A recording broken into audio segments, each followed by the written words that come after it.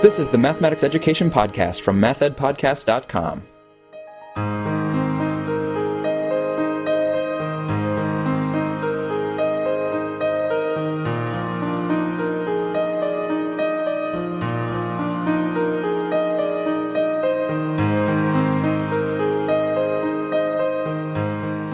Welcome to the Math Ed Podcast. I'm Susan Empson from the University of Missouri and a guest host for this episode.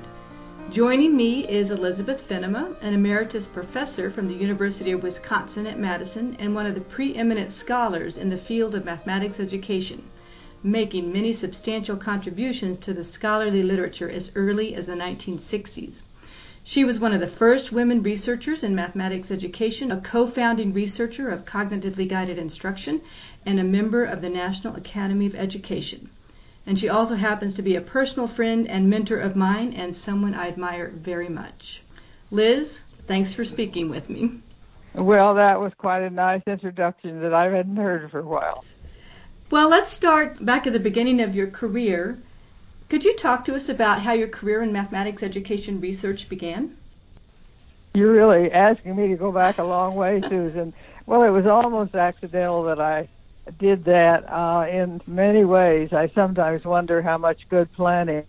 But I came back to getting my PhD sort of accidentally, and then when I got there, the only person I really wanted to work with was Veer DeVolf, and he was in math education. All of my education at that point had been in general education, a lot of curriculum theory, which was lots of fun to study, but I never could figure out what good it was in the schools. So when I came back and saw something as narrow as math education, I thought that's how I can figure out the answers. So I stayed in math education. And that I was not a mathematics major, which was difficult at times for me. But on the other hand, it was a wonderful career. What were some of the most memorable aspects of graduate school for you and your work with Veer DeVolf? I had in the 1940s and 50s what quote-unquote housewives did was to stay home and raise children and make a beautiful home for their husband. And I had bought in that entirely, even though I already had my master's degree. Well, that was beginning to wear on me. I remember hanging up diapers one day and looking up at the beautiful sky and said, is this all there is going to be to my life? So when they needed somebody to help supervise student teachers at the university, I jumped at the chance, and I wasn't there more than a week till I knew I was hooked. I had to do something like that if I wanted any fulfillment in my life. So that's how it happened that I went where I did. Could you say a little bit about what the focus of your dissertation research was? Well, that was so long ago, and while it was related to all my later work, it sometimes seems unrelated. I worked with manipulatives, trying to find out if concrete materials, as we called them then, would in any way make the learning of children better. And I didn't think about anything else but better. So that's what I was looking at. The tool I used was Cuisenaire rods, and it was fun doing the dissertation, and I found out just what I expected. It was not the rods themselves, but whether the children understood what was going on. And then, were there any ways in which, what are some of the ways in which your early work connected with the new math movement of the era? Well, keep in mind that my gender work came along next, and that was really what made me who I am, I think. You know, I had no idea that I would ever go into anything to do with gender, even though it was very hot at that time, but I felt I had the perfect world. What did I need to do? But until a friend of mine who asked me to write a chapter for a book she was doing about women and educational research. And I thought, well, I don't want to do that. I didn't know anything about it. But she finally persuaded me when she said to me, Liz, you're the only one in the whole school that can do this. So I thought that began to make me open my eyes a little bit. And then what did I do but go into mathematics to look for this, because that was the area I knew best. So I started there, and in it I found that boys were always expected to do better than girls. They would have such comments. Of course, boys did better than girls. And no one was doing anything about it. They weren't even interested. And I became an avid feminist right then. Yeah. But what really happened was a good friend of mine, Julia Sherman, who was a psychologist, and I were sort of talking about doing a research study together. But it's hard to do any kind of educational research without good funding. And so I happened to find out that the National Science Foundation was sponsoring research related to women in mathematics.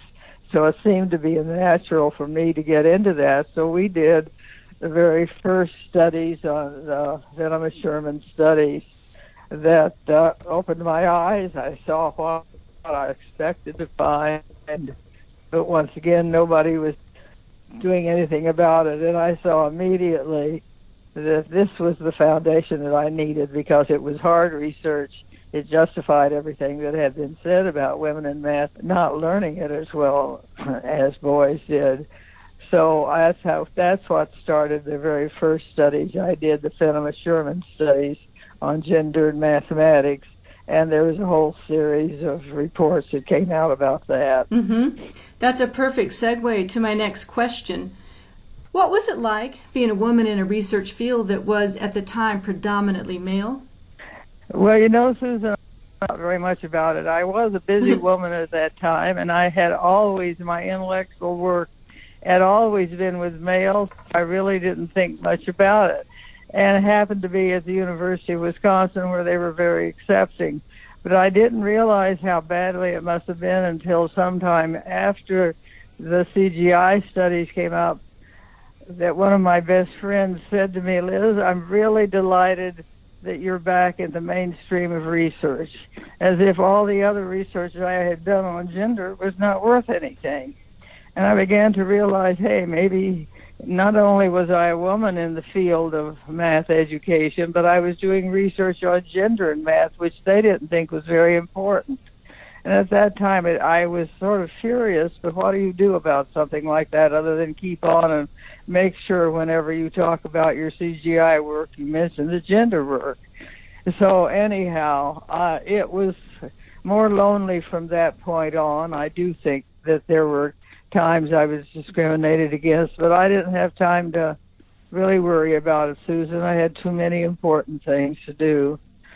So I guess you have to be made of iron in order to do something like that, and I certainly was. I'm speaking with Liz Fennema about her career in mathematics education. Let's talk about your work on the Cognitively Guided Instruction Project. All right. What do you think it was about CGI that led to its impact on both research and practice? Well, I think on practice, certainly, it was the way that we approached teachers. I know one teacher would ask me a question, then she'd laugh and say, I know what you're going to say, Liz. You're going to say, what do I think the answer is?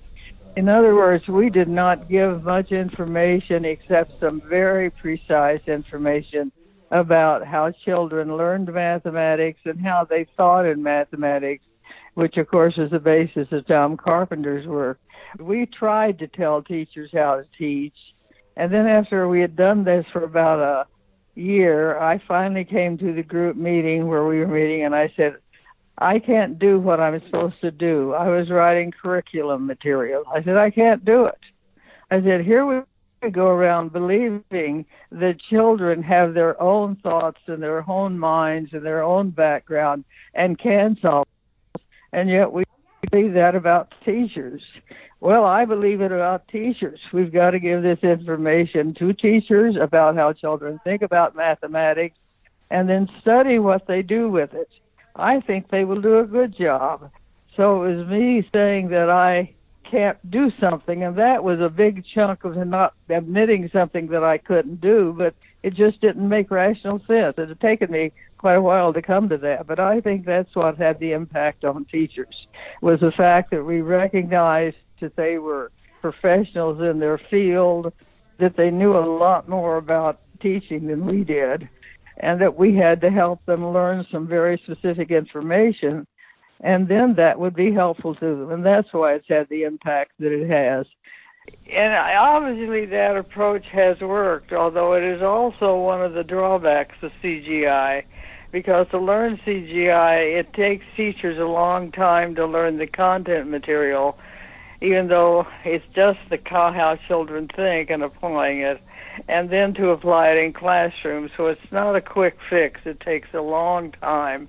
And as a result, CGI goes slowly, but once it starts someplace, it seems to take hold with a vengeance that the teachers themselves are the biggest sellers of it. And it is going slowly, but it's still going very well. In fact, I heard yesterday that they had just started a CGI program in Texas somewhere. So that's a good big state to be thinking about. And could you talk about what you brought to the project when CGI started and as it, when it was funded to conduct research? What did you bring to the project that complemented what the other researchers brought to it? What was your distinctive role in making CGI what it was? What had happened, there were three quite advanced researchers that were all three sort of floundering for what to do next. I had finished the gender work that I felt I could do without doing a lot of thought about it. And Tom Carpenter at that time had completed very well his work on addition and subtraction with children, and Penny Peterson was thinking even about moving jobs. So the three of us got together and said that since the emphasis in mathematics education research was on combining teaching and learning instead of studying one or the other, we had the ideal mechanism to study teaching and learning together. So, of course, Tom brought the learning aspect, and I was the one who brought the teaching aspect.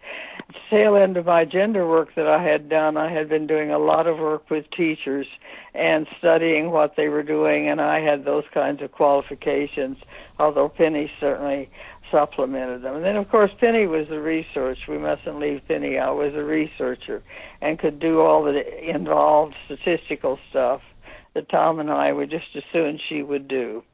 So the three of us complemented each other very well. And we got a large International Science Foundation grant to look at that for a 3-year period. So that was the start of CGI. And that grant was awarded in 1985, I believe. Well, if you say it was, I believe you. It's been too long ago. It's too much water under the bridge. In NCTM's volume on the classics and mathematics education research, they included your 1977 AERJ study on sex-related differences as a classic in the field.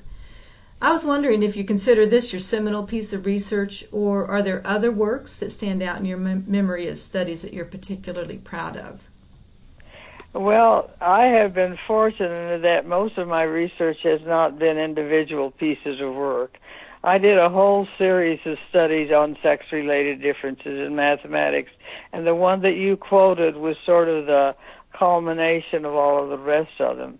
And then I moved on to the CGI work, and of course we did a tremendous number of studies, all of which were related and quite often based on the same period of time in the same classrooms, just a different aspect. So I've always been fortunate. My research has been a big group of studies rather than one. And in educational research, where most people don't have the money to do that sort of thing, it's very difficult to do that kind of research. So, final question, and you don't have to take it too seriously. Oh, good.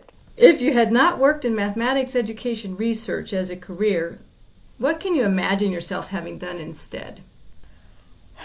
Oh, you sent me that question, and I've pondered that a great deal. It's not one I've really thought about very much.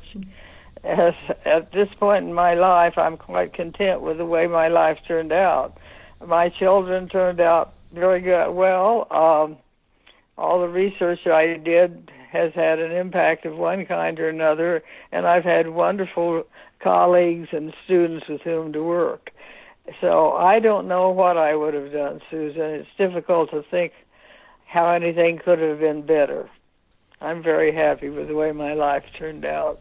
And I think there are many, many other people who are very happy with the way your work turned out.